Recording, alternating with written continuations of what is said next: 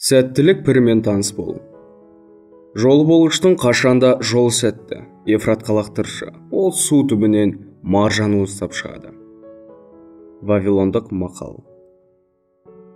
Мұндай тілек қазіргі адамдардың бойындағыдай 4000 жыл бұрын ежелгі Вавилон тұрғындарына да тән болатын. Сол сәттілік бірінің бәрімізді де назардан қалдырмауына үміттіміз. Оны өзімізге қаратып қана қоймай, өзінің ағыл-тегіл қайырын тигізуіне қол жеткізе аламыз ба? Сәттілікке қалай қол жеткізеді? Бұл сауалды Вавилон тұрғындары да өздеріне серік етіп, оған талайы өжеттене жауап іздеген. Олар нағыз іс пен терең ойдың адамдары еді. Вавилонның ежелгі дүниедегі ең бай әрі қуатты қала болғандығы соның арқасы болатын. Ол кезде мектепте, колледжде болмаған. Дегенмен оларда барынша машықтыратын білім ошағы болатын. Вавилонның көкке ұмтылған патша сарайлары, аспалы бақтары мен тәуханаларынан кем түспейтін зәулім ғимараты болды. Бұл жайында тарихи шежірелерде ештеңе де айтылмайды. Бірақ ол сол кездегі адамдардың санасына орасан ықпал еткенді. Ол қайырпаз ұстаздар шәкірттерге ежелгі дәуір білімдерін тегін дарытқан және жұртты алаң еткен тақырыптар талқыға салынатын ілім сарай болатын. Бұл сарайдағы пікірталаста құлдың өзі патша тұқымдарына жататын төремен де айтыса алатын құқығы бар еді. Ілім сарайының тұрақты өкілі Арқат деген данагөй әрі бай кісі болатын. Жұрт оны Вавилонның ең ауқатты шонжары дейтін. Оның өзінде кеш сайын тыңдармандары жиналатын жеке бөлмесі болды. Оған қарт та, бала да келетін. Бірақ тыңдаушының көпшілігі орта жастағылар еді. Олар өздері қызықтырған тақырыпты талдап, пікір таластырып жататын. Сол жиындардың біріне бізде бас сұғып, сәттілікті өздеріне қарату тәсілін меңгерді ме екен, соны білейік. Арқат күнделікті мінберіне шыққанда, сәулесі құмды шаңға батын күннің алып алтын табағы батуға беттеген еді. Оны жерге төселген кілемге жайғасқан 80-ге жуық адам шыдамсыздана күтіп отырған. Адамдар үсті-үстіне келіп жатыр. Бүгінгі кеште нені талдаймыз? Деп сұрады Арқат. Біршама үнсіздіктен соң орнынан ұзын бойлы тоқушы тұрды да, мені көптен мазалаған бір мәселе бар. Бірақ оны ортаға салмай келгенім, ол Арқат, саған да, жиналғандарға да күлкілі жайт болуы мүмкін. Бүгін мені сәттілік жағалап, алтын ақшалы әмиян тауып алдым. Сәттіліктің менен ешқашан кетпегенін қалаймын. Мына кісілерде соған мүдделі болар деп ойлаймын. Сол себепті өзіңе сәттілікті қалай тарту керек? Оны қандай жолдармен қаратуға болады? Міне, осыны талдайық. Өте қызықты тақырып екен, деді де Арқат үнсіз қалды. Ол талқыға тұратын нәрсе. Біреулер үшін сәттілік ешбір мақсатсыз, себепсіз, кезігіп жататын жолының болуы. Кейбіреулер үшін ол барын сала құлдық еткен үшін Иштар пірана тарапынан меңгерілетін жағдай. Сонымен, достар, бұл турасында кім не ойлайды? Әрқайсымызға жол ашатындай нәрсе бар ма? Жиірек жол ашса деңіз. Кейбіреулер арқасы қоза дауыстады. Талқыны бастау үшін деп сөзін жалғады Арқат. Әуелі тоқушыға кезіккендей сәттілікті бастан кешкендер сөзін тыңдайық. Арамызда қиналмастан. Ақша, не құнды зат тауып алған тағы кім бар екен? Тыныштық орнады. Жиналғандар бір-біріне қарап, кім түрегелер екен деп күткенмен ешкім шыға қоймады. Немене, ондай адам жоқ па? Сұрады Арқат. Демек, ондай сәттілік барынша сирек болады екен. Біреуің, ізденісімізді қалай жалғастыратынымызды айтсаңдар. Мен көрейін. Орыннан жақсы киінген жас жігіт түрегелді. Сәттілік турасында айтсақ, ойымызды ойын үстеліне бағыттағанымыз дұрыс емес пе? Байлықты бір мезетте ұту үшін көптеген адамдар сол жерде сәттілікке иек артпай ма? Ол орнына жайғасқанда жұрт шулап кетті. Жалғастыр сөзіңді. Ойын үстелінде жолың болған жайтты өзің ортаға сал. Сәттілік ойынхана қожайыны есебінен әмияныңды қампайту үшін жеребетасының қызыл жағын саған бұрды ма? Әлде керісінше, оның көк жағын сүріп, жинап тергеніңді бір сәтте қожайының қанжығасына байлады ма? Жас жігіт жұртпен бірге шексілесі қата күлді де өз жауабын берді. Пірана тіпті менің онда барғанымды да білмесе керек. Ал басқалары туралы жауап бере алмаспын. Сіздер оны сондай жерлерден көрдіңдер ме? ойын тасын сіздердің пайдаларыңа қарай бұрды ма? Ондай болса, айтыңыздар, біз тыңдап үйренейік. Әңгіменің басы жаман емес, деп араласты Арқат. Біз мұнда әрбір туындаған жайтты талдауға келдік. Егер біз ойын үстелін қарастырмасақ, онда көпшілікке тән ойынға күміс тиын салып, алтын құйма ұтуға аңсары ауатындардың жайын айналып өтеміз. Бұл әңгіме маған кешегі бәйгені есіме салып отыр, деп сөзге тағы бір тыңдаушы араласты. Егер сәттілік бірі ойынханаға бас сұғатын болса, онда арбасына алтын жалатылған, шапқан аттары көбіктенген ат жарысқа да бармауы мүмкін емес қой. Арқат, шынын айтшы, кеше сен Ниневиядан келген сұр аттарға ақша салғанда, ол бір саған не деп сыбырлады? Мен сенің артыңда тұрып, сұр аттарға салғаныңды естіп, өз құлағыма өзім сенбедім. Ассирияның бірде-бір шабандозы, біздің атқораның жылқыларын шаңғап тұру мүмкін емесін бәріміз секілді сен де білесің ғой. Мойында, сәттілік бірі саған не айтқанын, өйткені соңғы бұрылса қос қара ат біздің шабандозға кедергі жасап, ақырында сұраттар жеңіске оңай қол жеткізді. Арқат қуақыланған жымиыспен уәж иесіне қарады. Біреудің қандай атқа ақша салғанда сәттілік бірінің қандай жұмысы бар екен? Меніңше, ол бар болғаны махаббат пен ұлылық киесі. Кімде-кім оған мұқтаж болса және еңбегі сіңсе, ол соны марапаттайды. Мен оны алтындарын ұтқызатын, ойын үстелі мен ат жарыстан емес, барынша пайдалы адам қылығы мен мадаққа лайық орындардан іздеймін. Жер өңдеп, әділ сауда жасап, қол өнермен айналса жүріп, пайдаға әр уақытта кенелуге болады. Бәлкім, мадақ сендерді қадам сайын аңдып жүрмесе, өйткені адам баласы кейде қателесіп, кейде оның еңбегін жаманат зая кетіруі мүмкін ғой. Алайда ол барынша қайсарлық танытса, онда ақыр соңында ол мадаққа лайық болады. Себебі сәттілікке деген мұрсат сондайларға ғана тиесілі. Ал адам құмар ойындар ойнаса, жағдай мүлдем керісінше болады. Өйткені барша мұрсат ойын үстелінің қожайыны жағына шығады. Ойынхана соның кәсібі. Ол ақшасын ойынға сала отырып, қомақты пайда табуды көздеген жан. Аздаған ойыншылар ғана өздерінің мұрсатының мейлінше аз екенін сезіп, ойын кәсіпкерінің пайдаға кенелетінін біледі. Ойын тасын алайық. Оны лақтырған сайын біз ақша салып, оның үстіңге бетін болжауға тырысамыз. Егер ол қызыл жағымен түссе, ойынхана қожайыны бізге салған ақшадан 4 есе көп қаржы береді. Ал қалған 5 бетінің біреуі түссе, біз салымнан айырыламыз. Бұл дегеніміз, әрбір тастамда біздің 5 мәрте ұтылу мұрсатымыз бар деген сөз. Бірақ қызыл жағы 4 есе ұта алатындықтан, бізде 4 ұтыс мұрсаты ғана бар. Бір кеште қожайын барлық салынған соманың 5-тен 1-ін алуға мүдделі. Егер қожайын міндетті түрде бар ақшаның 5-тен 1-ін ұтуды алдын ала ойластырған болса, одан кімнің үміті болмақ? Бірақ біреулер үлкен ақша ұтып жүр ғой, деп қалды тыңдаушының бірі. Иә, ондайлар болып тұрады, деп жауап берді Арқат. Бірақ ол сәттілік қаншалықты мығым. Вавилондағы менің таныстарым арасында ауқаттылар жеткілікті. Бірақ олардың бірде-бірін жетістік жолын құмар ойыннан тапқан ақшамен бастады деп айта алмаймын. Бүгін жиналған бәріңде қаламыздың байларын жақсы білесіңдер. Мен олардың ішіндегі қайсысы өздерін байлыққа жеткізген ойын үстелін атар екен. Біршама үнсіздіктен соң отырғандардың бірі қолапайсыздау түрде: ойын үстелінің қожайындары болмаса, деп қалды. Егер ойларыңа басқа ешкім түспесе, деді Арқат, онда сендер туралы сөйлесейік. Араларыңда ойынхананы табыс көзеткендерің бар ма? Жауап ретінде арт жақтан біреудің күңкілі шықты да, оған жұрт ду күлді. Шамасы біз піріміз болар сәттілікті басқа маңнан іздеп отырған секілдіміз, деп жалғады ол. Ендеше, басқа жерден іздестірейік. Оны біз жоғалған Амияннан таппадық. Сондай-ақ ол ойын үстелі маңында да бола қоймады. Ат жарысты алсақ, ондағы ойыннан өз басым отқан ақшадан ұтылғаным көп. Онан да өз кәсібімізге оралайық. Қайдағы бір сәттіліктен көрі, өз еңбегіміздің адал қайтарымына иек артатын нағыз табиғи табыс көзі сол ғой. Менің пайымымша, пірананың сыйлығына сыйынып отырудың жөні жоқ. Бәлкім, ол бізге өзінен ешбір қайыр күтпеген тосын сәтте жол ашар. Бұған алып қосар кімдер бар? Ақшыл киімді егде саудагер орнынан тұрды. Құрметті Арқат мырза, сенің рұқсатыңмен мынаны айтқым келеді.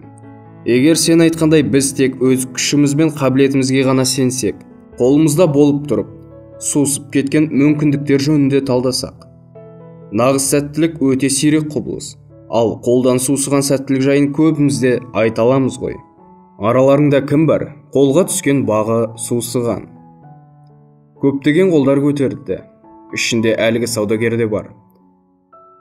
Өзің бастадың, енді өзің бастап баянда болған жайды, деп сөз берді оған Арқат. Ендеше бір жайтты айтып берейін, деді саудагер. Ол жайт адамның бағы қалай тайып келетінін, және адамның қаншалықты көзсіз қылыққа барып, сәттіліктің шорт бұрылып, өкіндіретінін көрсетеді. Көп жыл бұрын жас кезімде болатын, үйленген бойым, тым жақсы табыс таба бастадым. Әкем келді де бір іске ақша салуды ұсынды. Оның жақын таныстарының бірінің ұлы қала қамалының сыртындағы бос жатқан жер бөлігіне көзі түсіпті. Ол жер арнасынан жоғарыда болғандықтан су бармайды екен. Әкемнің досының ұлы мынадай жоспарын айтты. Сол жерді сатып алып, оған өгіз айналдыратын үлкен 3 шығар орнатып, суаратындай мүмкіндік жасап, жерді алқаптарға бөліп, көкөніс өсірушілерге сату керек. Әкемнің досының ұлында аталған жоспарды атқаруға алтыны жеткіліксіз екен. Ол да мен секілді жас, әрі табысы көп емес еді. Оның әкесі де менің әкемдей көп жанды жанұясы бар. Оған бөлетін артық қаржысы болмады. Сондықтан ол үлестерін қосатын адам іздепті. 12 адамнан тұратын топтың әрқайсысы жер сатуға даяр болғанша табыстарының 1/10 бөлігін салу керек болған. Түсімнен әркім өз салымына сәйкес әділетті түрде үлесін алатын болған.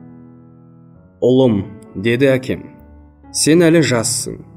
Мен өмір бойы сенің ауқатты, құрметті азамат болуыңды аңсадым. Мен сенің әкеңнің қатесін қайталамауыңды тілеймін. Мен де соны тілеймін, әке, дедім.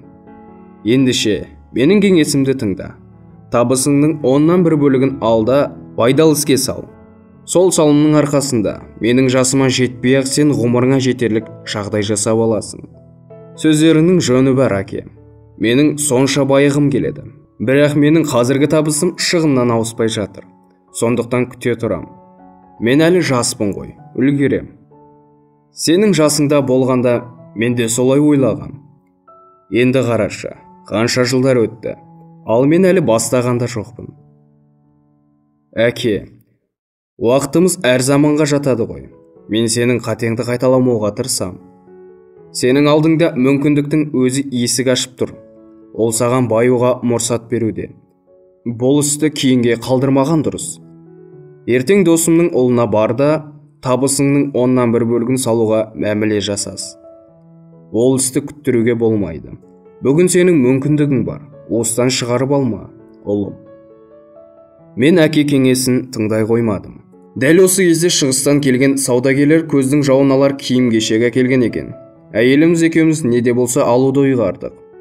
Егер де мен табыстың 1/10 бөлігін салуға келіскенімде, бізге әлгі рахаттан құр қалуға тура келетін еді. Сөйтіп, мен әлгі істің шешімін әбден кеш болғанша кейінге қалдыра бердім. Енді осы күнге дейін опынам. Әлгі іс ойлағаннан да пайдалы болып шықты. Менің қолдан сусыған бақытым туралы шежіре осы еді. Бұл әңгіме сәттілік берілген мүмкіндікке жармасуға дайын адамды аңдитынын білдірді. Өзіңе байлық жинау үшін әр уақытта алғашқы қадам жасалу керек. Ол қадам табыстан жиналған бірнеше алтын немесе күміс бақырдан тұруы мүмкін. Менің қазір бірнеше табын малым бар. Бірақ оның басы бала кезімде жалғыз ғана күміс бақырға сатып алған құнажын сиырдан басталды. Менің байлығым осылай туындады. Алғашқы қадамды аттау әркім үшін үлкен сәттілік. Осы қадамды тәуекел еткен әркім өз жалақысымен күн көретін қарапайым жұмыскерден өз алтынының есебінен өмір сүретін адамға айналады. Ондай әрекетті әлгі саудагердің әкесі секілділерді айтпағанда, оған кеш баратындардан гөрі байлыққа алғы қадам жасағандар сәйкесінше ерте баюға қол жеткізеді. Ол бүгінде бұл дүние игілігінен әлде қайда молынан иеленер еді. Мен де айтайыншы. Шетелдікке тән дауыс шықты. Мен сириялықпын. Сендердің тілдеріңде жақсы сөйлей аламын. Саудагер дос секілділерді сіздердің қалай айтатындарыңызды білгім келеді. Сендер онымды әдепсіздік санауларың мүмкін. Сонда да сол сөзді білгім келеді. Егер мен оны өз тілімде айтсам, түсінбейсіңдер. Сондықтан өзіне пайдалы іс болса да, тындырғысы келмейтін адамды атасаңдар. Жайбасар, деді біреу. Дұрыс. Қостай кетті сириялық. Шапалақтарын соғып жіберді. Ол келіп тұрған мүмкіндікті көрмейді. Ол күтумен жүреді. Ол жұмысының көптігін сылтауратады. Ал мүмкіндік ондай жайбасарларды күтпейді. Мүмкіндікке кімнің байығысы келсе, соның асығатыны жағады. Мүмкіндік сәті түскенде асықпаған адам біздің саудагер дос сияқты өзіне өзі жамандық жасайды. Саудагер орнынан тұрды да күлімсіреген күйі сириялыққа иіліп ишара етті. Сенің шындықты именбей айтқаның үшін, шетелдік дос, саған шексіз ризамын. Ал енді мүмкіндіктен айырылған тағы бір хикаяны тыңдайық. Кімнің айтқысы келеді? Деп сұрады Арқат. Мен айтайын, деді қызыл шапанды орта жастағы кісі. Мен мал сатам, негізінен түйе мен жылқы. Кейде қой мен ешкіні де сауда қыламын. Мен сендерге бір күні маған келген керемет мүмкіндікке әзір болмағанымды айтайын. Сол себепті мен оны бекер жіберіп алған болармын. Талдап көріңдерші. Бір күні кешқұрым, 10 күн бойы түйе іздеп қалаға қайтып келе жатқанымда өкінішке орай қаланың қақпалары жабылғанын бірақ білдім. Менің құлдарым түнеуге шатырларын тіккенше маған егделеу бір малшы келді. Ол да қалаға кіріп үлгермепті. Аса құрметті мырза, деді ол маған. Түріңе қарағанда сен мал саудагер секілдісің. Солай болса, мен саған жаңа ғана айдап әкелген керемет бір отар қой сатайын деп едім. Өкінішке қарай әйелімнің денесі қызып жатып қалыпты. Соған тезірек жетуім керек. Менің отарымды солайымен сатып ал. Мен құлдар мен түйелерді жолға қамдап, жеделдете аттанайын. Түн болғасын мен қойларды қарай алмадым. Дегенмен қарамына қарағанда аса көп екені байқалды. 10 күн бойы алуға лайық түйе болмағасын мен қуана келістім. Ол болса асығыс болғасын менің ойымдағы бағаны айтты. Мен ертеңгісін құлдарыммен қалаға отарда айдап кірген бойда қымбат бағаға сататынымды білдім. Онымен алақан айқастырып, мәміле бекіттікте мен құлдарыма от алдырып, соның жарығымен қойды санап шықтым. Малшының айтуынша қой саны 900 болуы керек. Қараңғы түні әрі-бері қашқан отарды санаудың қияметтігін айтпай-ақ қояйын достарым. Ол мүмкін емес екен. Сондықтан малшыға таң ата санап есептесетінімді айттым. Аса құрметті мырзам, деп жалынды шаруа. Бүгін 3-тен 2-сін төлеші, мен жолға шыға берейін. Мен осында ең ақылды да сауатты құлымды қалдырайын. Ол саған санауға жәрдемдеседі. Оған сенем, қалған ақшаны соған берерсің. Бірақ мен түнде төлемейтінімді айттым. Қасарыстым. Таң ата мен ұйқыдан оянып үлгерместен, қақпашылған бойдан 4 бірдей саудагер малшыға алап берді де, отардың бәрін сатып әкетті. Олар қойды қымбатқа сатып алды. Себебі қаланы сол кезде дұшпан тарапынан қоршауға алу қаупі төнген еді де, шаруа болса әр қойға менен сатылатын 3 есе қонын алып аттанып кетті. Сөйтіп мен өзі келген сәттіліктен құр қалдым. Ерекше хикая екен. Аңғарғанын білдірді Арқат. Ал бұдан қандай қорытынды шығарамыз? Егер мәміленің тиімді екеніне көз жетсе, ақысын бірден төлеу керек болар, деп қорытты қарт. Егерде мәміле шынында да пайдалы болса, онда саған ешкімде, тіпті өзіңнің кемшілігіңде зиян келтіре алмайды. Бәріміз де пендеміз, құбылмалымыз, кейде дұрыс пікірді бұрысқа балауға бейілміз. Менің алғашқы әсерім ең дұрыс шешім болып шығатыны бар. Өзімнің осал мінезімнен қорғау үшін, артынан опын бас үшін мен енді кепілақы қалдыратын боламын. Мен тағы да сөйлегім келіп тұр. Сириялық тағы да атып тұрды. Мына оқиғалар ұқсас екен. Екеуінде де мүмкіндік бірдей себептен кетіпті. Екеуі кеш шығар екен. Екеуі қазір нағыз сәтті кез, тезірек шешейін деудің орнына ылғи жай ұғып шешімді кешіктіреді. Сосын олардан не шықсын? Сен дәл үстінен түстің, досым, деді мал саудагері. Екі жағдайда да сәттілік жайбасарлардан теріс айналды. Оған таңданудың қажеті жоқ. Жайбасарлық әр адамға тән. Бәрімізде байлыққа ұмтылғанмен соған керек мүмкіндік туып, шешім шығаруға келгенде баяулық еңсені басып, кейінге қалдырамыз. Соған еркімізді жеңдіріп, өзімізге өзіміз дұшпандық жасаймыз. Сериялық досқа ұнаған сөзді өрбітсек, жас кезімде менің жайбасарлық қылған жерім болмады. Басында мен көп нәрсенің байыбына бармай, сәтті мәміледен айырылатын болармын деп ойлағам. Кейін оны өзімнің қырсықтығымнан көрдім. Ақырында оның неден екенін ұқтым. Жағдай тез арада шешім қабылдауды қажетсінсе де, кейінге қалдыра түсетін әдетімнен болып шықты.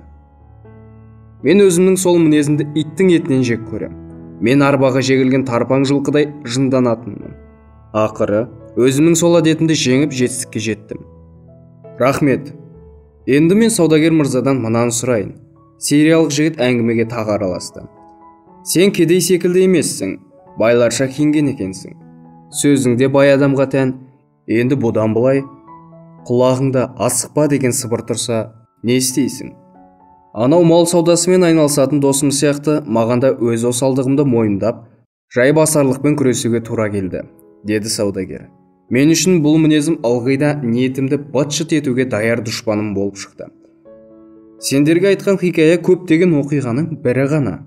Егер дер кезінде байқап қалсаң, ол дұшпанмен күресу қиын емес. Бірде-бір адам қоймасы мен қорасын ұрыға шарлатып қоймайды.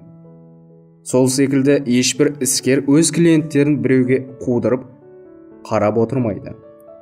Мен де өз дағдым өзіме зиян екенін білген сәттен бастап, одан құтылудың жолын қарастырдым. Сол сияқты кез келген адам Вавилон байлығындағы өз үлесін алғысы келсе, ішінде бұғып отырған, өзінің жайбасарлығымен, кешіғарлығынан ажырағаны абзал. Ал Арқат, сен бұған не дейсің? Вавилондағы ең бай адам ретінде сені жұрт жол болғыш жан деп те есептейді.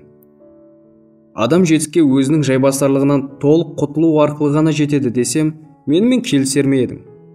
Сөзіңнің жаны бар, деді Арқат. Ұзақ ғұмырында мен өмірлік жетістік жолында бір ұрпақ келісісін ауыстырғанына куәмін. Олардың барлығына да мүмкіндіктер жолығып жатты. Кейбіреулер ғана сол мүмкіндіктерге жармасып алып, аңсаған тілектерін орындауға қадам басса, көпшілігі қадамды жай басып, батылсыз әрекетпен соңында қалып жатты. Арқат енді тоқымашыға бұрылды. Сен біздің сәттілік туралы пікірлесуімізді ұсындың. Енді бұл жайында өзің не дейсің? Енді мен сәттілікке басқаша қарайтын болдым. Мен оны өзі келетін нәрсе деуші едім. Адамға одан артық не керек? Енді білуімше сәттіліктің бетін бұру жай шаруа емес екен. Әңгімеден түйгенім. Сәттілік бар болғаным мүмкіндікті дер кезінде пайдалану екен. Сондықтан бұдан былай мен кез келген мүмкіндікті қалт жібермеуге тырысамын. Пікірталастағы әңгіменің мәйегін сен жақсы ұғыпсың, деді Арқат. Біз қызығатын сәттілік негізінен мүмкіндікпен еріп келеді, ал басқа жолмен аса сирек жолығады. Егер сәттілік бірі жолықтырған мүмкіндікті қолға алғанда, біздің саудагер досымыздың қуанышында шек болмас еді. Егер бір отар қойды арзан қалып, пайдалы саудаға кенелгенде, мал сатушы досымыздың да сәттілікке деген қуанышы қойнына сыймас еді. Біз бұл әңгімені сәттілік өз жағымызға тартуға жәрдемі тиер сайман іздестіру үшін бастағанбыз. Меніңше, біз дұрыс жол тапқандаймыз. Екі хикаяда бізге сәттіліктің мүмкіндікке еретінін көрсетті. Ақиқаты мынада секілді. Егер сен мүмкіндікті пайдалансаң, сәттілік саған күлімсіреп қолын береді. Кім-кім мүмкіндікті пайдаланса, сол адам сәттілік бірінің назарын өзіне аударады. Ол кім өзіне қызмет етсе, соған жәрдемге даяр. Ал оған бәрінен бұрын іскер адамдар қызмет етеді. Әрекет түбі берекет. Сәттілік бірі істің адамын жағалайды. Байлықтың 5 заңы. Егер алдарыңнан алтын толы қап пен даналық жазылған саз бітік шықса, қайсысын таңдар едіңдер? Аспашамның сәулесіне құлпыра түскен тыңдаушылардың жүзінен барынша ықылас сезіледі. Алтынды әрине, алтынды таңдар едік. 27 адамның даусы жамырай шықты. Қарт қалабып түсінген кейіппен күлімсіреді. Ежелгі Вавилонда алтын мен байлық сөздері өзара мәндеседі. Қане, мені тыңдаңыздар, деді ол. Түн ортасында қасқырдың ұлығанын естігендерің бар ма? Олар аш болғасын ұлайды. Оларға қорек беріңдерші. Одан әрі не істер екен? Ертеңгі күнді ойламастан бір-бірімен не алысады, не жата қалып ұйықтайды. Адам баласы да сол секілді. Не болмаса қалауына орай білімді беріңіздер, не істер екен? Білімнен теріс айналып алтынға жармасады. Келесі күні олып шыға келеді, өйткені алтыннан ештеңе қалмайды ғой. Алтын болса кімде-кім оның заңын білсе, соған ғана жақады. Қалабап түнгі салқыннан қорғанып, желбегейіне қымтана түсті. Сендер маған ұзақ жолда сенімді серіктестерім болдыңдар. Түйелеріме жақсы қарадыңдар. Ыстық құмды кешіп, қиналыс білдірмедіңдер. Тонағысы келген қарақшылармен де батыл шайқастыңдар. Енді мен соның өтеуіне сендерге бүгін алтынның 5 заңы туралы хикая айтып берейін. Ондай әңгімені бұрынды соңды естіген емессіңдер. Қалт жібермей тыңдаңдар. Айтқанымды ұқсаңдар, онда келешекте сендер мол алтынға жолығасыңдар. Ол үнсіз қалды. Қара көк аспанды жұлдыздар жайлаған. Жиналғандардың артынан найзаға мықтап керілген шатырлардың қарасы көрінеді. Шатырлар артында мұқият текшеленіп таңылған терлер дөңкиіп жатыр. Одан әрі құмға шөккен түйелер анда-санда пысқырынып қойып, тоқтаусыз күйіс қайыруда. Бізге талай хикаяны айтып бердің, Қалабап, деді керуен жетекші. Ертеңгі күні сендегі қызметіміз біткенде, жол көрсетердей сенің даналығың бізге зор пайдасын тигізеді. Бұған дейін сендерге шалғайда, бейтаныс елдерде бастан кешкенімді айтып келдім. Енді бұл жолы Арқатбайдың ілімін жеткізбекпін. Ол туралы көп естігенбіз, деді керуен жетекші.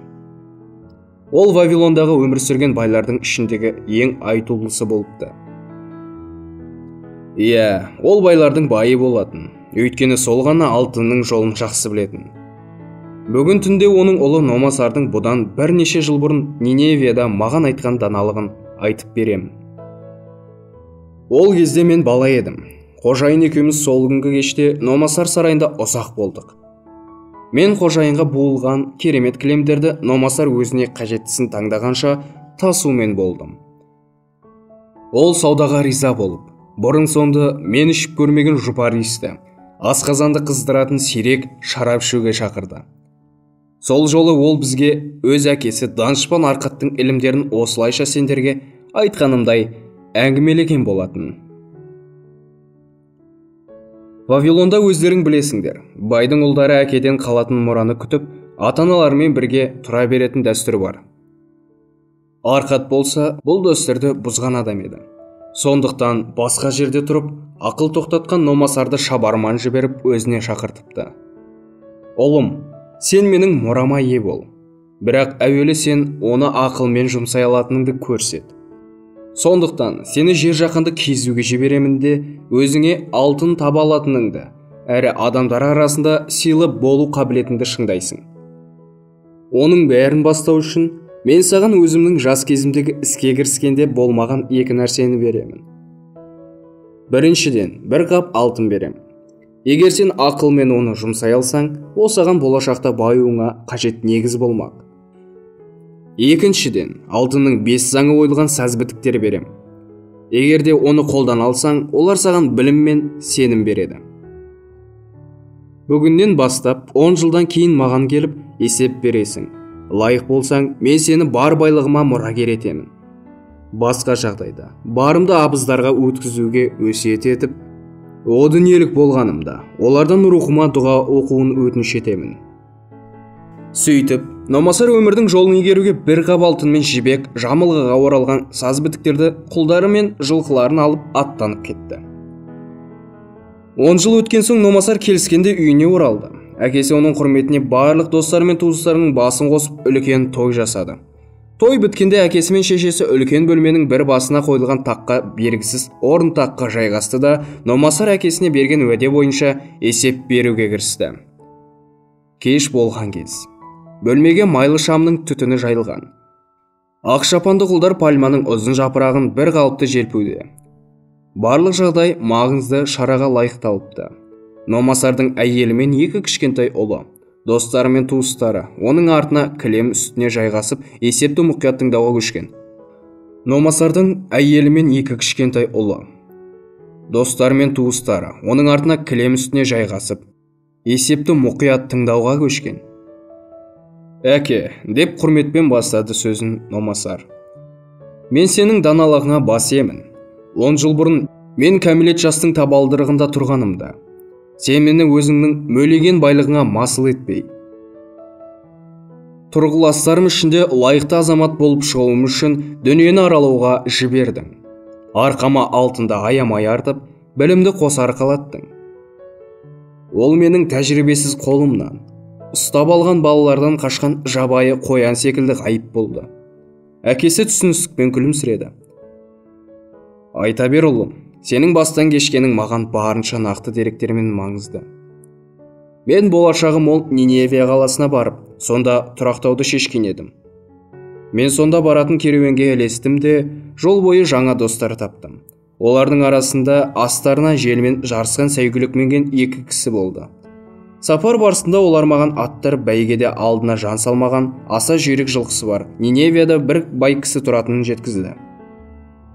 Атбегі өзінің аттарын бәйгеде озатын жылқының жоқтығына сенімді еді. Болжам ойынға қанша ақша салса да дайыр болатын. Алайда менің бір досым әлгінің аты өзінің сәйгүліктеріне қарағанда ақсақ есек екенін айтып, бәйгеде өз аттарының алдына жан салмайтынын жеткізді. Ол маған достық құрметіне өз аттарын жақтап, бәстігуімді өтінді. Бұл ұсыныс менің ойымды мықтап биледі.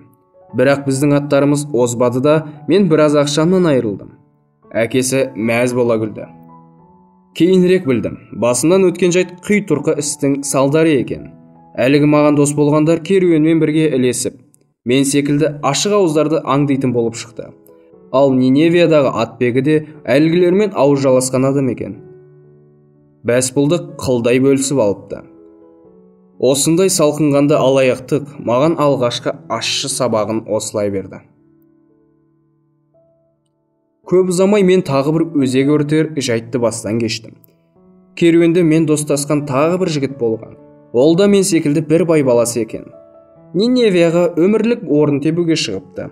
Сапар кезінде ол маған Ниневияда бір саудагердің қайтқанын, оның дүкенін тауарымен қоса түкке тұрғысыз ақыға сатып алуға болатынын айтқан. Ол екеуміз бұл істе серіктес болатынымызға уағдаластық. Бірақ ол Вавилонға барып алтынын алып қайтуы керек болды. Сондықтан ол дүкенді мендегі бар ақшаға ала тұруды ұсынды. Бірақ ол Вавилонға сапарын кейінге қалдыра берді. Оның үстіне сауда ісінде білетіні аз болып шықты. Қолда барын оңды-солды жұмсай береді екен. Ақырында мен одан бас тарттым. Бірақ ол кезде шаруам кері кеткен еді. Дүкенде жарамсыз тауар қалды да сату мүмкін болмады. Ал жаңасын алуға менде алтын түгесілді.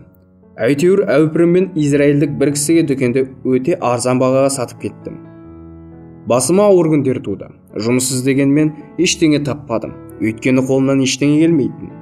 Аттарымды саттым, құлды да саттым. Тамақ пен түнек орынға басы артық киімдерімді өткіздім. Бірақ күн артынан күн өтсе де сәтсіздіктен құтыла қоймадым. Сол ауыр күндерде, әке, сенің маған сенетінің есіме түсті. Сен мені сапарға аттандырғанда азамат болуымды қаладың ғой. Мен соны атқаруым керек болды. Анасы болса бетін орамалмен көлегейлеп кемсеңдеді. Сол кезде маған берген алтын заңы жазылған саспарақ есіме түсті. Оқып шықтым да, әуел баста білімді қолға алғанымда, алтыннан ажырамайтынымды ұқтым. Мен заңның бәрін бүкіл әрпіне дейін жаттап алдым да, егерде мені сәттілік бере қолдай қалса, ісімді бала тәжірибесіздікке емес, қарт даналыққа басқартам деп шештім. Енді осында жиналғандарға мен әкемнің саспарағында жазылған оның маған 10 жыл бұрын берген даналығын оқып шығайын. Ол мынау еді. Байлықтың 5 заңы. Табысының кемінде, оннан бір бөлігін өзі мен жанұясының болашағына, жинайтын адамның қолына ғана байлық қонады, әрі молаяды. Өзіне табысты іс тапқан адамның ақшасы ғана тұрақты да қалтқысыз жұмыс істеп, өрістегі малдай көбейеді. Білікті адамдардың кеңесіне құлақ асып, ақыл мен іске жаратқан адамның байлығы еселенеді. Өзіне бейтаныс іске салған адамның ақшасы қолдан сусыйды. Қолдан келмейтін іске ұрынған. Болмаса, алаяқтар мен қулардың қармағына түскен, немесе тәжірибесіздігі мен қиялилығы кесірінен тез баюға ұмтылған адам байлығынан береке қашады. Маған жазып берген әкемнің байлыққа арналған 5 заңы осы болатын. Мен бұның құны алтыннан да қымбат екеніне көз жеткіздім. Оны келесі хикаяларымда баяндайын. Ол тағы да әкесіне қарады. Мен саған өзімнің тәжірибесіздігімнен ұрынған шарастығым мен уайымым жөнінде айттым. Бірақ кез келген жаманат тізбегінің соңы болады екен. Менің қайғым қала дуалын тұрғызып жатқан құлдарға қараушы қызметін тапқанында сейіле бастады. Жинақтың бірінші заңына сүйеніп, табыстан түскен бақырларды алғашқы күміс ақша тапқанымша жинай бердім. Бірақ жинағым өте баяу жүрді. Өйткені табысымның көбі күнделікті тірліктен ауыспады. Соған қарамастан талмай ақша жинай бердім. Өйткені әке, 10 жыл бұрын сен берген алтынды қайтаруды қатаң түрде мақсат еттім. Құлдардың қожайынымен достасып үлгергем. Ол бір күні маған: сен тыңғылықты түрде ақша жинап жүрсің. Сенде алтын бар ма? Деді. Иә, дедім. Маған бір кезде әкем берген алтынды жойып алдым. Соны қайтару үшін көп жинауым керек. Мына ықыласың мақтауға тұрарлық. Ал сен қолда бір алтынның саған жұмыс істейтінін және оның үстеме пайда әкелетінін білуші ме едің? Өкінішке орай, менің аузым күйген тәжірибе бар. Соның кесірінен әкем берген алтыннан айырылдым. Енді тағы сондайға ұшыраудан қорқамын. Маған сенсең, мен саған қандай жолмен ақшаны пайдалы салым етуді үйретем, деді ол. 1 жыл ішінде қаланың дуалы біту керек. Патшаның жауларынан қорғану үшін оған бірнеше қола қақпа орнатылмақ. Ниневияны шарласаң да қақпа жасайтын темір таба алмайсың. Ал патша оны тапсыруды ойластырмапты. Менде жоспар бар. Бірнеше адам үлестерімізді қосып, алысқа мыс пен қорғасын құймаларын әкелуге керуен жөнелтеміз. Патша қақпа жасауды тапсырғанда, біз әлгі құймаларды сатып пайдаға кенелеміз. Тіпті патша бізден алмаған күннің өзінде келген тауар өз құнын жоймайды. Одан бәрібір жақсы пайда табамыз. Бұл ұсыныстан мен дана адамдар кеңесі бойынша жинақты салу жазылған 3-ші заңының орындалуынан аңғардым. Қателеспеппін, біздің ортақ ісіміз жемісті болды. Нәтижесінде менің шағын жинағым айтарлықтай өсіп шықты. Сосын сол адамдармен келесі іске қатыстым. Олар алтынның қадірін жақсы білетін және пайда табудың қыр-сырын меңгерген жандар еді. Олар ақша салудан бұрын кез келген жоспарды жан-жақты талдайтын. Олар негізгі жинақтарын тәуекелге салмайтын, әрі пайдасыз мәмілеге аяқ басқан емес. Әлгі ат жарысы ойыны болмаса, түсімсіз дүкен сатып алу сықылды менің тәжірибесіздігімнен барған істерге ешқашан бастарын сұқпастан. Осал жерін олар бірден аңғаратын. Соларға байланысу арқылы мен алтынды пайдалы кәсіпке салуды меңгердім. Жылдар өткен сайын менің байлығым еселене түсті. Мен жоғалтқанымды қайтарып қана қоймадым. Одан да бетер көп табысқа жеттім. Түрлі сәтсіздіктер мен сынақтарға ұрынсам да, жетістікке жетсем де, еш уақытта байлықтың 5 заңына күдігім болған емес. Кімде-кім бұл 5 заңды білмесе, алтын оған сирек ұшырасып, тез арада ғайып болады. Бұл заңдарға сүйенген адамнан байлық қашпайды. Ол еңбекқор құл секілді иеленушіге қызмет өтуден танбайды. Номасар үнсіз қалды да, кең бөлменің алыс жағында тұрған құлына бет бұрды. Ол бөлмеге 3 үлкен былғары қапшықты кіргізді. Оның біреуін Номасар әкесіне ұсынды. Сен маған 10 жыл бұрын бір қап алтын берген едің. Ол вавилондық алтын болатын. Мен дәл сол мөлшердегі ниневиялық алтынды қайтарамын. Оның әділ қайтарым екенімен бәріңіз де келісетін боларсыздар. Сонымен бірге маған даналық жазылған сас парақтары бергенсің. Оның орнына мен 2 қапшық алтын беремін. Осы сөздерін айтып, ол құлдың қолынан 2 қапшықты алып әкесінің алдына апарып өз қолымен қойды. Бұны мен әкесінің даналығымды алтыннан да ардақтайтынымды көрсеткім келді. Бірақ алтын мен даналықты өлшеуге бола ма? Ақылсыз алтынның қолда тұрақтауы мүмкін емес. Алайда адам әуелі даналыққа бет бұрса, оны алтын айналып өтпейтінін мына 3 қап көрсетіп тұр ғой. Әке, мен бүгін алдыңда осылай тұрғаныма қуаныштымын, және де айтарым. Сенің даналығың арқасында мен бай, қуатты әрі құрметті кісі болдым. Әкесі Номасардың басын елжірей сипады. Сен сабақты жақсы игеріпсің. Енді мен өз байлығымды сеніп қалдыратын сендей ұлым болғанына бақыттымын. Қалабап әңгімесін тамамдады да тыңдармандарын жағалай шолып өтті. Номасардың бұл тарихы сендерге не білдірді? Деп сұрады ол. Әкесіне, болмаса қайнатасына осылайша өз әрекеттерің мен табыстарың жайлы есеп беретіндерің бар ма араларыңда? Егер де келіп қарттарға, мен біршама жерді аралап саяхат жасадым, біраз нәрсені үйрендім, көп жұмыс істедім, көп табыс таптым, бірақ менің алтыным аз, оның бір бөлігін ақымақтықпен шығындадым, ал қалған бөлігін ақылсыз әрекетпен жоғалттым десеңдер, олар не ойлар еді? Біреуде көп алтын болып, келесі біреуінде ештеңе болмаса, оны тағдырдың тәлкегі санамай қойыңдар. Байлыққа ие болғандар байлықтың 5 заңын біліп, соны ұстанғандар.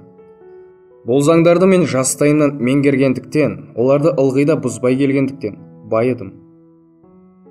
Мендегі байлық сиқырдың күшінен жиналған жоқ. Егерде байлық білім мен тыңғылықты еңбектің арқасында келсе, онда ол иесіне бақыт сыйлап, ұзақ уақытқа сіңеді. Ақылды адам үшін байлық жинау қиын емес.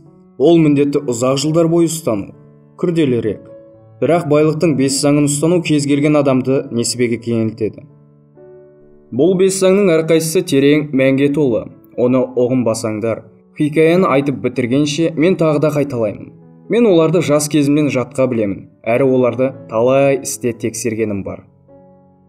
Байлықтың бірінші заңы. Табысының кемінде оннан бір бөлігін өзі мен жанұясының болашағына жинайтын адамға ғана байлық дариды, әрі қазынасы молаяды. Табысының оннан бір бөлігін тұрақты түрде жинап, оны іске ақылмен салған адам өз болашағына жететіндей, әрі артында қалған жанұясына жеткілікті тірлік көзін қалдырып, лайықты байлыққа қол жеткізеді. Бұл заң осындай адамның қолына әр уақытта алтын құймасын бұйыртады. Бұған куә ретінде мен өз өмірімді мысалға келтіре аламын. Маған неғұрлым алтын көп жиналған сайын, соғұрлым ол маған мол көлемде келді. Жиналған алтын мен ойлағаннан артық табыса келді. Ал жиналған қор еселене түседі екен. Бірінші заңның осындай күші бар. Байлықтың екінші заңы. Өзіне табыскер іс тапқан адамның байлығы ғана тұрақты да, қалтқысыз жұмыс істеп, өрістегі малдай көбейеді. Жинақ шынында да қалтқысыз еңбек қор. Ол мүмкіндік туғанда құлшыныспен молаяды. Байлық жиған әр кісі осындай табысты мүмкіндікке ие. Жыл өткен сайын ол табыс еселеніп, қайран қалдырар мөлшерге жетеді. Байлықтың үшінші заңы. Білікті адамдардың кеңесіне құлақ асып, ақылмен іске жаратқан кісінің байлығы еселенеді. Жинақ шынында да есуастан қашқан жандай қамқор қожайынға сытылып кетеді. Байлықпен ісі болған адамның кеңесіне құлақ асатын жан өз жинағын тәуекелге салмайды, оған қауіпті жолатпай, молаюына қуана қол жеткізеді. Байлықтың төртінші заңы. Өзіне бейтаныс іске ұрынған адамның байлығы қолдан сусиды. Жинақ көрмеген адамның қолындағы байлық кез келген мүмкіндікті пайдалы етіп көрсетеді. Алайда, ол мүмкіндіктердің көпшілігі жинаққа қатер төндіреді. Егерде ол мүмкіндіктерді тәжірибелік кісілер сараптайтын болса, олар пайдаға жарайтын мұрсаттың аз екеніне көз жеткізер еді. Сондықтан, өздігімен өзіне бейтаныс іске қол артатын жинақ иесі көбіне тәжірибесіздігі салдарынан қолда барын шашып тынады. Істің мәнісін білетіндер кеңесіне жүгініп, жинағын жаратқан жан ғана даналыққа жол салады. Байлықтың бесінші заңы. Қолдан келмейтін іске ұрынған, болмаса алаяқтар мен қулардың қармағына түскен, немесе тәжірибесіздігімен қияли қылығы кесірінен тез баюға ұмтылған адамның байлығынан береке қашады. Жинағы бар адамға ылғи да сиқырға толы ертегідей алдамшы ұсыныстар түседі.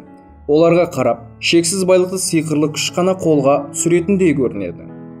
Бірақ та, ондай жоспарға қалай мұқият үңілсең, тез байытатын ол істердің соншалықты тәуекелге толы екеніне көз жеткізуге болар еді. Бұл жағынан Ниневиялық байдың еш уақытта қол жетпейтін табысқа басты байлығын тәуекел етпейтінін ұмытпаңдар. Байлықтың 5 заңы осы. Хикаяны айта отырып сендерге өз байлығымның құпиясында аштым. Шын мәнінде, ол байлықтың құпиясы емес.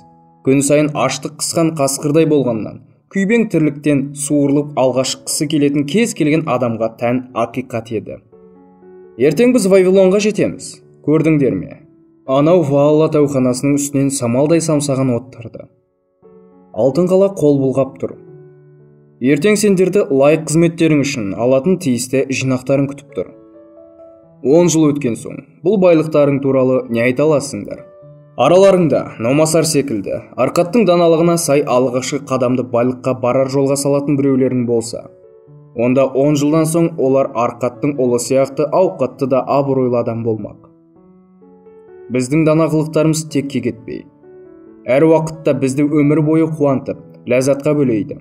Дәл сол сияқты ақымақ қылықтарымыз бізге өмір бойы мазамызды алып, қауіп төндірумен болады.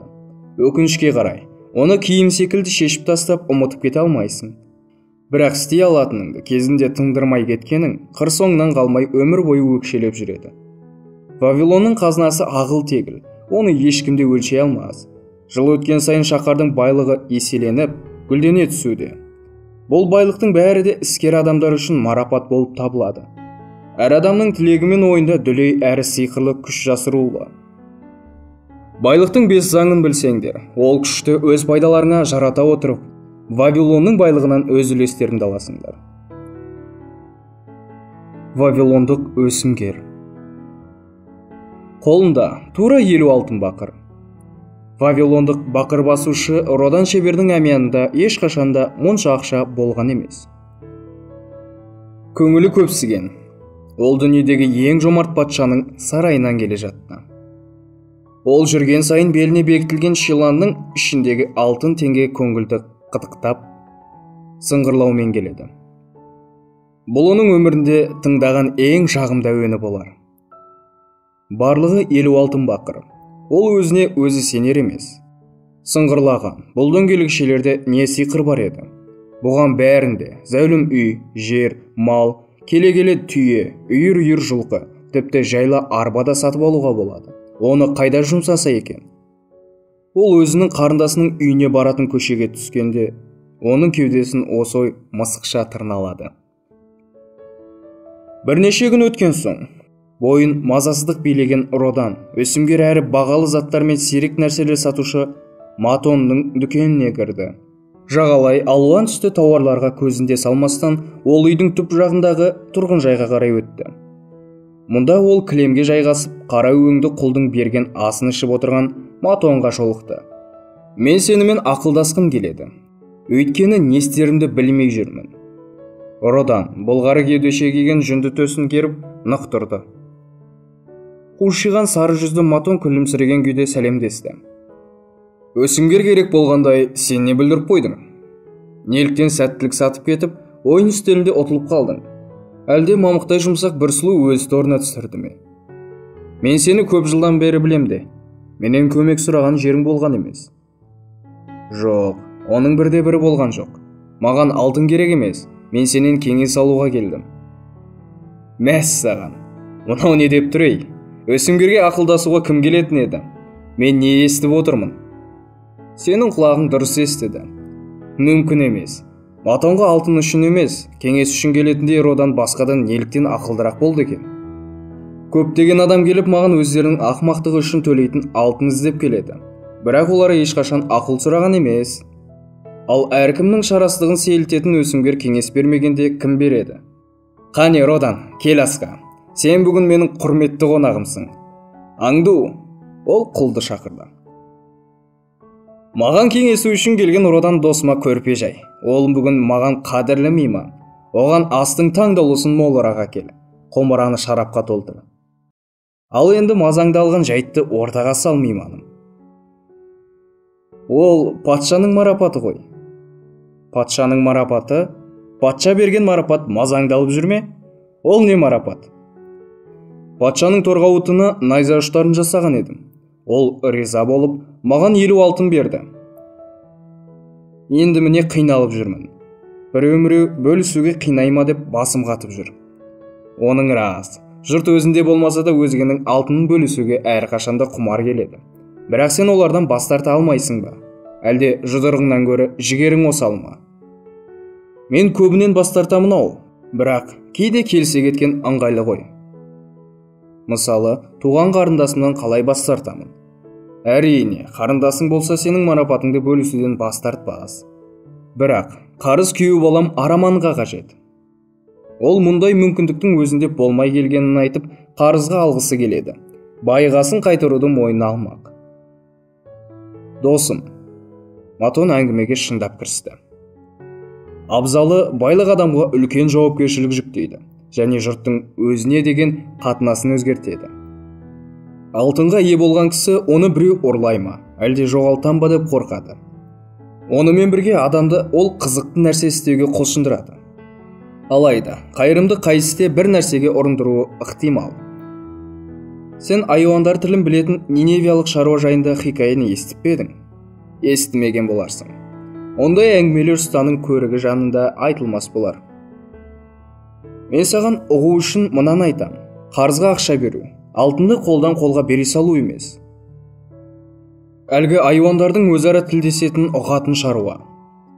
Кешкісін ауласында отырып алып, түрлі жан-жануардың әңгімесін тыңдайды екен. Бір күні өгіздің өз тағдырын айтып, есекке шағынғанын естіпті. Мен таңдан ымыртқа дейін соқаны тартумен жұмыс істеймін.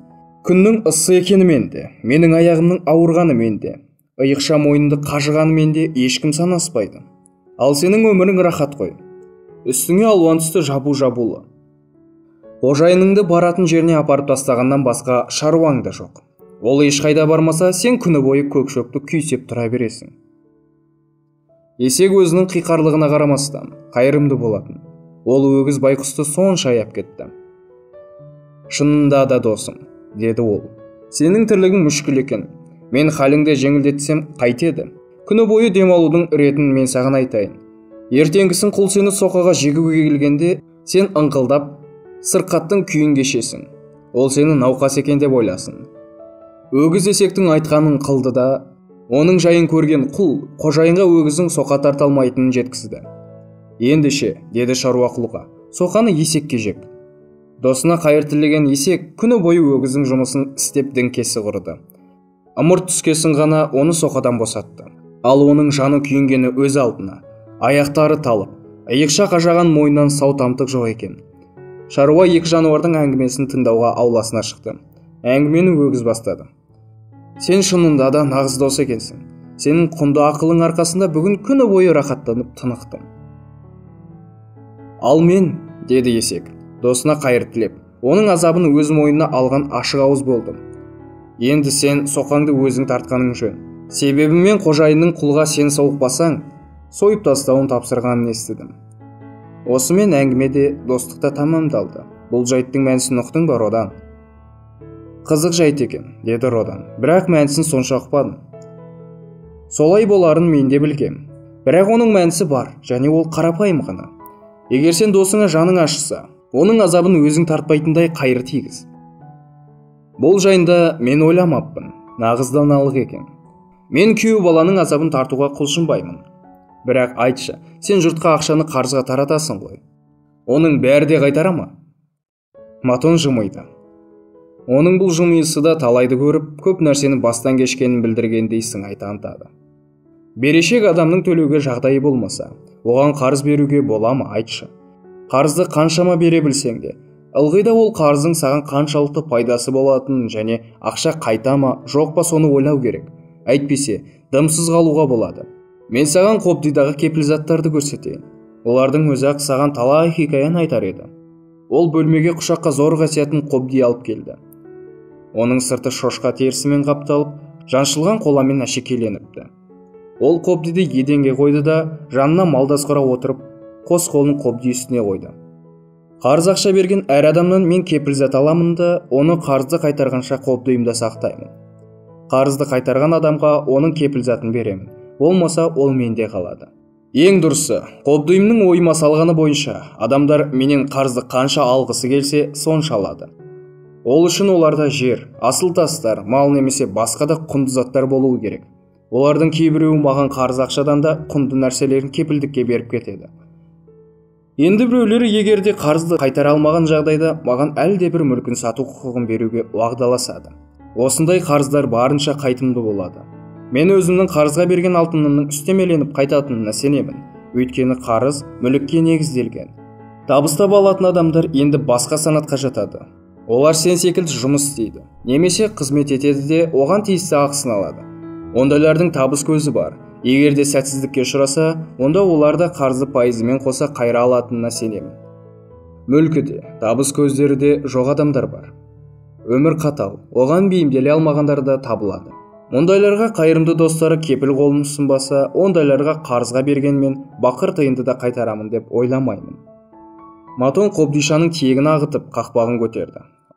Родан шыдай алмай алға ұмтылды. Кепілзаттар бетінде қызыл матаға оралған қола алқа жатты. Матон оны қолына алып сүйсіне салмақтады. Бұл енді менің қолымда қалады. Өйткені есі о дүниеге өткелі қашан. Мен бұл Ашекеде есіне деген естелік үшін сақтаймын. Өйткені ол менің жақсы досым еді. Ол шығыс жақтан өзіне қалыңдық әкелгенше екеуміз сауданы табысты жүргіздік. Ол келіншек сұлу болатын, бірақ басқа елдерде емес, шолжаң болды. Жұбайы оның еркелігін көтеріп қолдағы барын шашты. Алтыны біткенде ол маған ұнжырғас түсіп келіп еді. Онымен ұзақ сөйлестім. Мен оған өз ісінің аяққа тұруына көмегімді ұсындым. Ол Зеңгі баба бейнесінің алдында солай етеріне уәде етіпті де, бірақ оған тағдыр жазбапты. Үйдегі кезекті жанжал кезінде оған әйелі жүрегіне пышақ сұғып тынды. Әйелге не болды? Деп құмарта сұрады Родан. Міне, мынау соныкі. Матон сәнді киімді көтеріп көрсетті. Өмірден түңілген күй Ефрат суына кетіп өлді. Бұл екеуі қарыздың орнына қалған кепілзат. Родан, бұдан сен сезімге тұтқын болғандардың Өсімберге сенімді серіктес емес екенін ұғына бер. Мұнда басқа бірдеңе бар екен. Ол Қобдидан өгіз сүйегінен ойылған жүзікті алып шықты. Бұл бір шаруаныкі болатын. Оның әйелінен мен кілем сатып аламын. Бірде шегіртке қаптап, олар астықсыз қалады. Мен оған жәрдемдестім де, ол маған қарызын жаңа астықтан қайырды. Сосын ол шалғайдағы шетелде бар ұзында, жұмсақ қылды ешкі турасында білгенін айтты. Одан Вавилонда жоқ керемет кілем тоқуға құмартты. Ол бір отар ешкі сатып алғысы келді, бірақ ақшасы болмады. Мен оған қарыз бердім. Енді келесі жылы Вавилондық алпауыттардың қалаған кілемін алдарына жайып салғалы отырмын. Жуырда бұл жүзікті қайтаруға тура келеді. Шаруа мерзімінде төлеуге уәдесін берді. Сонда қарызды көпшілігі қайтара ма? Деп қызына сұрады Родан. Егер олар ақшаны табысты іске салса, қайтарады. Егер де олар өз қатесін төлеуге мәжбүр болса, онда алтыныңды көру мүмкіндігі үлкен емес. Мына кепілзат жайлы айтып берші, деп өтінді Родан. Қолына айнала асыл тастары бар салмақты алтын білезікті алып. Менің досыма әйелдер жағатын сияқты, деп мырс етті Матон. Қанша дегенмен, мен саған қарағанда жаспын ғой, деп Родан есесін жібермеуде. Оның дұрыс, бірақ бұл жолы сен ғашықтық мәселесін жоқ жерде іздеп отырсың. Ол білезіктің иесі, сөзінде мән жоқ, көп сөйлейтін, былшиған келбетін әжім басқан бір ханым. Кезінде ол айтарлықтай бай болатын, оның ұлы бар. Соны саудагер еткісі келеді. Сондықтан ол маған келіп, қаладан қалаға барып айырбас саудасымен айналысатын керуенге ұлына ақша беріп ертіп жіберуді ойлап келген. Бірақ керуен басы алаяқ екен. Бозбаланы ұйықтаған күйі ақшасыз жалғыз өзін бір қалаға қалдырып кетіпті. Бәлкім, ол сергелдең саналы тәжірибеге айналғанда менің ақшам қайтар. Әзірге естейтінім тек уәде ғана.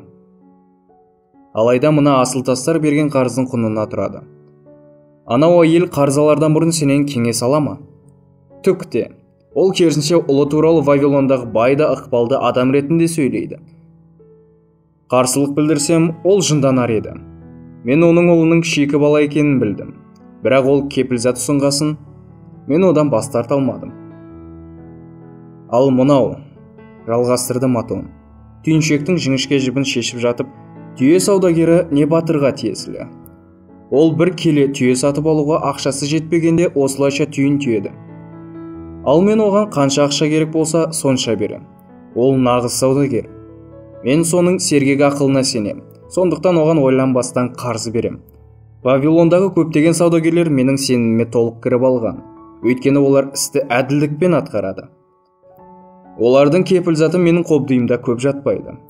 Жақсы саудагер қаламыздың олжасы ғой. Менің оларға көмегім өзіме пайдалы. Ал оларға менің ақшамды қолдану тиімді. Матон Қобдидан лағыл тастан ойылған қобыз бейнесін жиіркенішпен еденге лақтырып жіберді. Мына қоңыз Египеттен. Қарызды қайтару иесінің ойына да кіріп шықпайды. Мен есіне салсам, ол маған. Мені кесір жайлап жатса да қайтарамын. Ал сенде онсыз да ақша көп қой. Енді не істейсің? Кепілзат оның абыройлы әкесіне тиесілі. Ол баласының ісін қолдау үшін жерінде малын да салды. Әуелі баласының істе жолы болды. Сосын оның сараңдығы мен тәжірибесіздігі түбіне жетті. Ісінің бәрі кері кетті. Жастық шақта адам тәуекелшіл келеді. Байлыққа да, алдамшы игілікке де жеңіл жол іздейді. Тезірек баю үшін жастар ойланбастан қарызға батып жатады. Өмірді бастамай жатып, олар сенімсіз қарыздың бір түссең шалмайтын терең құз екенін сезбейді. Ол түнек тұңғиық қой. Бірақ, егерде жұрт жарқын мақсатқа ұмтылып жатса, қарыз алмауға арзғырмаймын. Өз басым ылғида қарыз алумен саудагер болдым. Дегенмен әлгі балаға молайту үшін не істеу керек? Жас болғасын жігері мұқалады, ісі өнбейді. Тіпті қарызды өтеуге талпынбайды да. Ал мен оның әкесінің жері мен малын тартып алғым келмейді. Сен маған біраз жайтты мәлім еттің. Родан ризалығын жасырмады. Бірақ өз сауалыма жауабымды естімедім ғой. Күйеу балама 50 алтын бақырды бергенім жөн бе? Ол ақша маған сондай қадірлі. Қарындасың келісті адам. Мен оны сыйлаймын. Оның күйеуі маған келсе, одан қарызды қалай пайдаланарын сұрар едім. Егерде ол мен секілді асыл тастар мен қымбат жиһаз саудагер болуды ойластырса, тағы сұрар едім. Сауда жөнінде не білесің? Тауарды ең арзанға алатын жерді білесің бе? Оны қымбатына қалай сатпақсың? Қалай ойлайсың? Ол осы сұрақтарға жауап бере ала ма? Жауап бере алмас, деп келісті Родан. Ол бар болғаны маған найза жасауға көмектесті ғой. Онда оған ниетті толық ойластырылмағанын айтар едім. Саудагер өз ісін толық зерттеу керек. Ал оның ниеті әзірге ештеңеге негізделмеген. Мен оған алтынды бермес едім. Ол мысалға. Мен саудагерлерге жәрдемдестім. Смирнуға барып арзан кілем сатып әкелуді білем. Десе, оның ниетіне ден қойып ісін қолдауға болар еді. Егерде қарызды қайтаруға кепілдік берсе, 50 алтын ақшаны бере салар едім. Бірақ ол, менде кепілдік жоқ, алайда қарызды қайыруға таза абыройыммен ант етейін, десе, мен әрбір бақырды қадір тұтатын адаммын. Смирнуға барар жолда қарақшылар ақшаны тартып алса, болмаса қайтар жолда кілемді тонап алса. Қарызға алған менің алтыным бірге құриды ғой.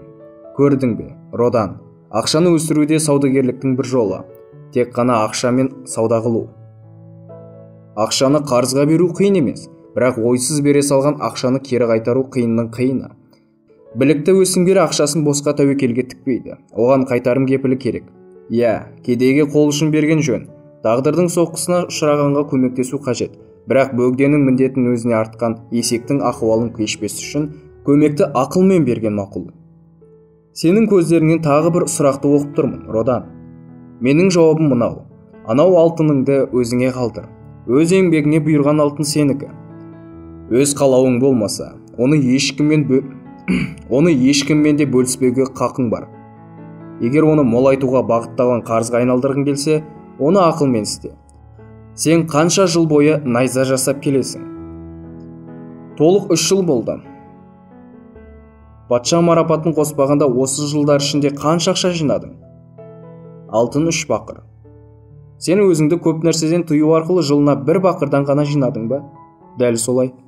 Демек, сен 50 жыл ішінде 50 алтын бақыр жинар едің. Сонда, өмір бойы сонша ақшаға ғана қол жеткізер екем ғой. Неліктен?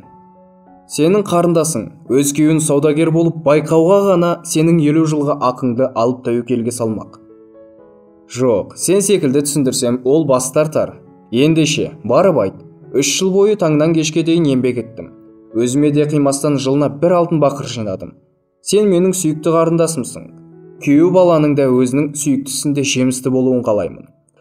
Егерде ол менің матон досым қолдайтындай нақты жоспарын айтсын, мен 1 жылғы жинағымды берейін, ал ол қолынан іс келетінін көрсетсін.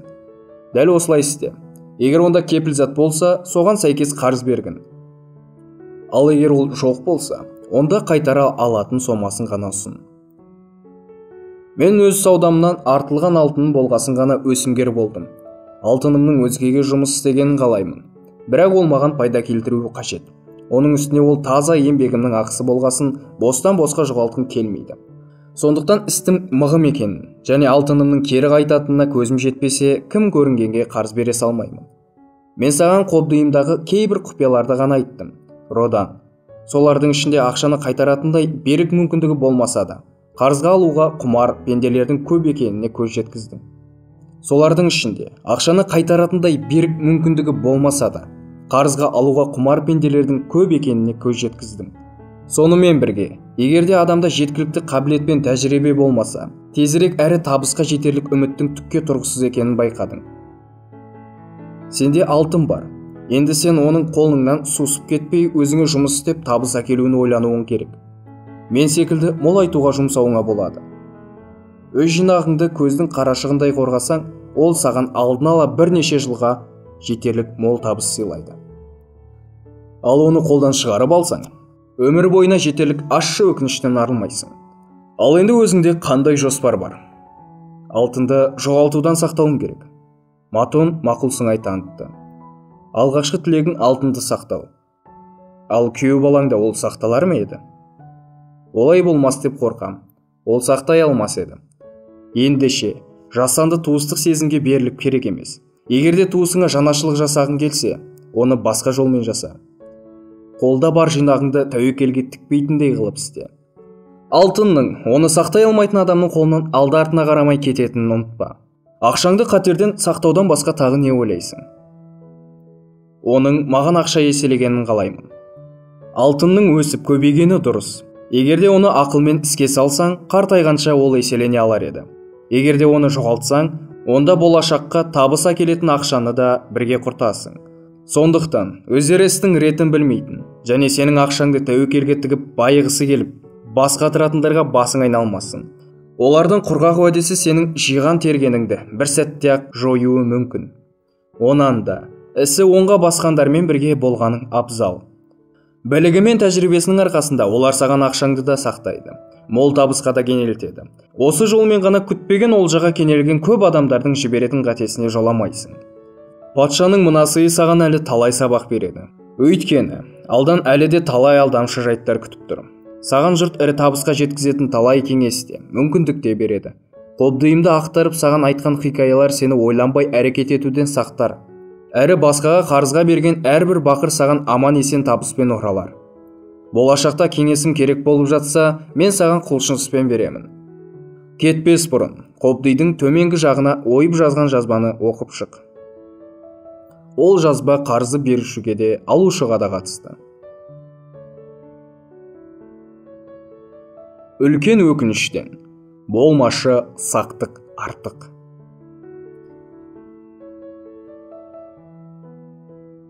Сонымен, ежелгі Бабылдағы ең бай адам кітабының 100-ші бетінде аяқтадым. Егерде кітап ұнаса, лайк басыңыз, арнама тіркеліңіз. Және де пікір қалдыруды ұмытпаңыздар. Ал кітаптың жалғасын әлі шығаратын боламын. Рахмет. Жақсы.